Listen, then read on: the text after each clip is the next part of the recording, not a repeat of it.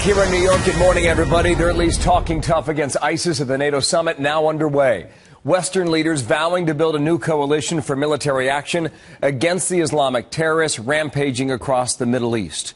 Good morning, everybody. We come to you live from two cities today. From New York, I'm Bill Hemmer. Welcome here to America's Newsroom.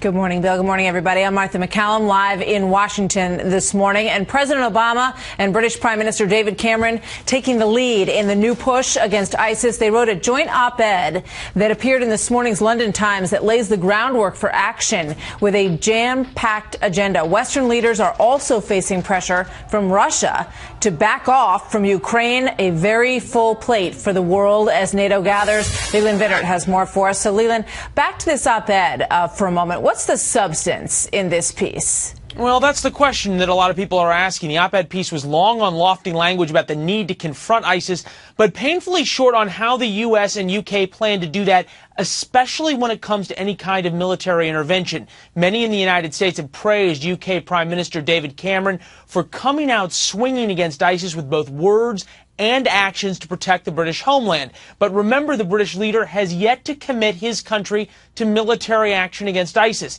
And still hanging over today's meetings in the UK is yesterday's comments from President Obama, who started tough on ISIS and then seemed to walk his promises back. Manageable? That's when you're closing a lane on the freeway and you got to go down the freeway with 3 lanes instead of 4. Then you manage it. But this is ISIS. They want death and destruction to the United States of America. And the politics continue. Remember, we are just 2 months away from the midterms, and even some Democrats are also distancing themselves from the president. Senator Shaheen from New Hampshire tweeted that ISIS must, quote, be chased to the gates of hell. Martha?